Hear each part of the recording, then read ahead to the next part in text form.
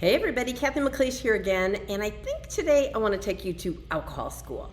So I'm going to assume, if you're watching this video, that you are curious or willing to learn a little bit more about alcoholics, drinking, sober, and alcoholism as a whole.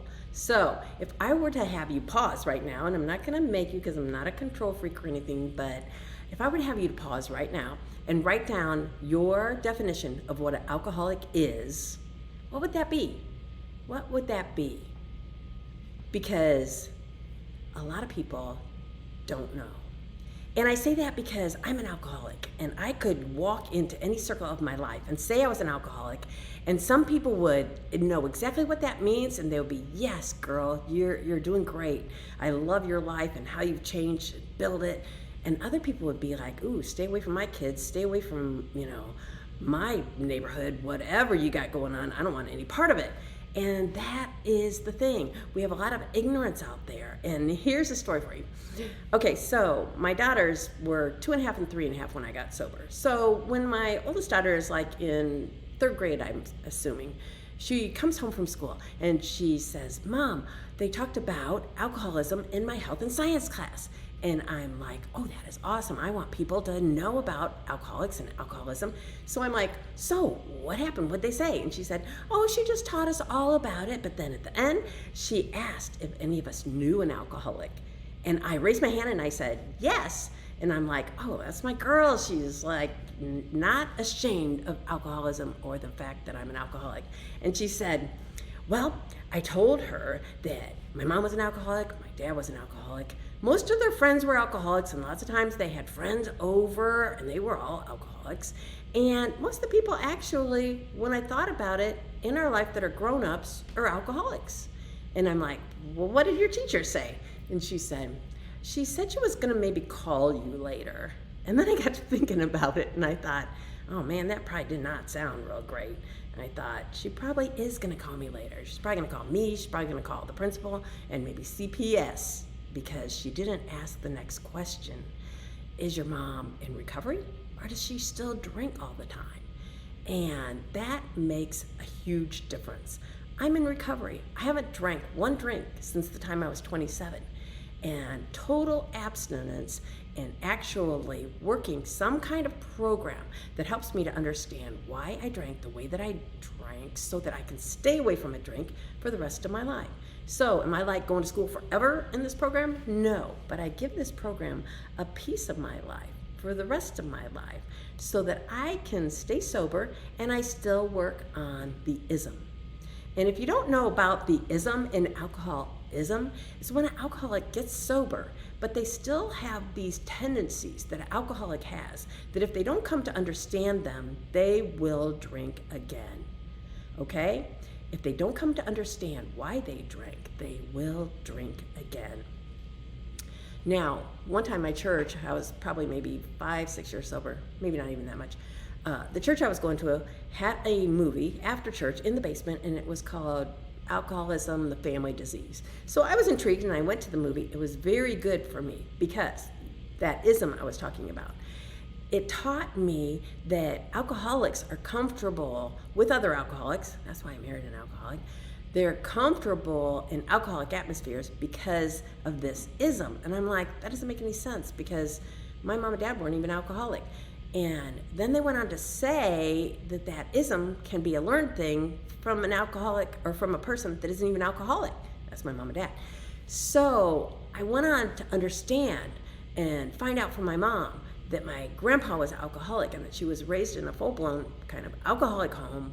A lot of, times when she was scared, took control of her own life very firmly. And that's the mom I grew up with. And needed to have that control so that she felt safe.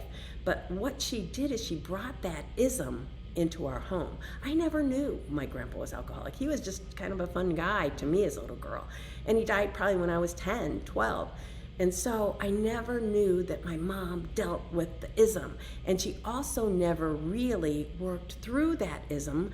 So a lot of the things in my growing up life, gave me the propensity to drink enough that when I crossed over the line, it was easy for this girl to become alcoholic. Now, am I blaming anybody for anything? Absolutely not. I'm trying to just spread an understanding. And that raised a real awareness for me that I was comfortable with the alcoholic personality because my grandfather had kind of honed that in my mom because she lived with him. So anyways, at that movie, you know, at some point I say, I'm an alcoholic, I'm in recovery. A couple comes up to me very eager and they're like, we have a daughter, she's a little younger than you, she deals with alcohol and drugs. If she didn't drink, she would never drug. So we're wondering, can you help her? Well, while they're talking about her, they're so like eager, they pull out a picture and they show me the picture. I knew their daughter. I mean, like I knew their daughter. And they could see on my face and I'm like, I know your daughter. And they're like, oh my gosh, you're gonna save her. This is awesome. How did this even happen?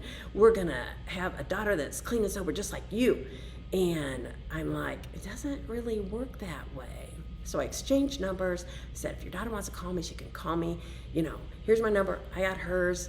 And I went to some people that I was in recovery with and I said, this is just too big of a coincidence. Shouldn't I call this girl? And they're like, and steal that moment of humility that she has to have when she says, I can't do this, can you help me? No, you can't call her. You can't. You can talk to her after she calls you. You can do whatever to talk recovery with her, whatever she wants. Don't go in and control her life or push and pull her, you know, to have what you have. But if she makes an effort to call you, then the door is open and you can walk through it. Now that's kind of a difficult thing to understand, but that's an alcoholic still practicing. I'm an alcoholic in recovery. And if she wants what I have, she has to move towards me or someone else in recovery to get it. But say I don't know what that means when somebody tells me that they're an alcoholic. And I think, well, that must mean they're like the guy under the bridge. Maybe he beats his wife when he goes home. She probably is horrible with finances. Well, anybody can do that, but she probably spends all her money on alcohol and that's why her home looks like it does. That you can think all kinds of things until you know if the person is still drinking or if the person is in recovery. And that is the question that society kind of keeps us from asking. And so less people, because of that ignorance, are willing to say, hey, I'm in recovery, and surely you know what that means. You're not going to jump to any conclusions and ban me from your neighborhood. Surely you know that, right? No, a lot of people don't know that. So people that are in recovery don't tell people what an alcoholic in recovery looks like, and nobody understands that they might want what they have if they have a problem with drinking. So it's kind of this cyclical problem that is the reason that I do my videos, because it isn't very much easier to find recovery today than it was when I was 27. Now, you might disagree with me because you might see commercials for all of this, but you know what? The alcoholic has so much denial that what they need is almost a real live person saying, if you want what I have, I could show you. And those people don't feel free enough, most of them don't feel free enough to tell everybody that that's where they're at in life, because there could be some kind of punishment for it. You know, if you think about the guy that's gonna hire somebody and he heard through the grapevine that the guy is an alcoholic, and he doesn't know that that means the guy's an alcoholic, he has 25 years of sobriety, he has broken his life down, he is honest, he is fearless, he is a hard worker, he is a great family man, he is a father, he is a husband, and he excels at most everything in his life. All he knows is that he's an alcoholic, and he thinks about what an alcoholic is to him. And he's like, man, I had that guy, you know, last year. We had to get rid of him. He missed so much work. I'm thinking it was a drinking problem. He stunk like alcohol sometimes. You know, he goes back to whatever his reference is for an alcoholic, and he decides whether or not he wants to bring this guy on. So an alcoholic in recovery is so much different than an alcoholic that isn't. And what my advice is if somebody tells you, a lot of times, even in an interview, an alcoholic will say, I'm in recovery, you know, And if that means nothing to you, if that still is like a big fat question mark over your head, then say, can I ask what that looks like? Can I ask what that means for you? Can I ask when your last drink was? And good answers are things like, I have several years of recovery put together. I haven't had a drink since I started recovery. I am a part of some kind of program, or I have a therapist that I'm working with, and I have changed so much in my life that my life today doesn't even look like my life back then. That is an alcoholic that you might want on your payroll. So let's think about it this way. Say you're at a get-together and somebody walks in and, man, he's dropped 100 pounds since the last time you saw him. Wouldn't you be curious if you were carrying on a conversation with this guy and he was an old friend? Wouldn't you be like, what did you do? Tell me what you did. If another friend drove up to that party and you knew he was always financially bankrupt and he had this, 2024 truck, wouldn't you be like, hey, John, what's going on? Because I want in on whatever you're doing to get you where you are. If somebody walked in and you remembered that last year at the same party, they were so drunk that they got sick in front of everybody, but they're looking like fabulous now, you notice that they're not drinking alcohol, and you're like, man, what happened? Would you be courageous enough to go up and ask them? And what if they said, I put down the drink, I found this whole new life. Can you tell? I am totally different today. I'm a different person because of what I've done. Would you be comfortable with that conversation? Could you stay and work through that uncomfortable feeling to talk about what they did and what that would look like?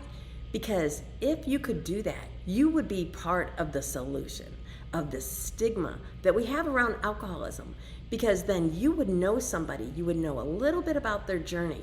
If somebody walked in and, you knew that they were golfing and they had gotten really good, and you'd be like, hey, if you ever need a fourth, call me. That is a natural thing to do. If somebody tells you they've stopped drinking a day at a time for 2 years, did you ever say, so I wonder what that looks like? And then they're like, well, you could always come. You could sit in a group. They let people come in at this certain meeting, and you'd be like, why would I do that? I wouldn't want to do that. Well, it's kind of the same reason you would go golfing. You want to pick up on that guy's strengths. You want to watch what he's doing and become more like him. But when it comes to alcoholics and they tear down their life and they rebuild their life, and you're sitting and you're thinking, what the hell happened? I'm not going to talk about it. I'm not going to ask him. Are you going to ask him? I'm not going to ask him. Oh, we started talking about it, and then I just cut and run. I can't talk about that. It's too embarrassing. I don't want to embarrass him. Well, you know what?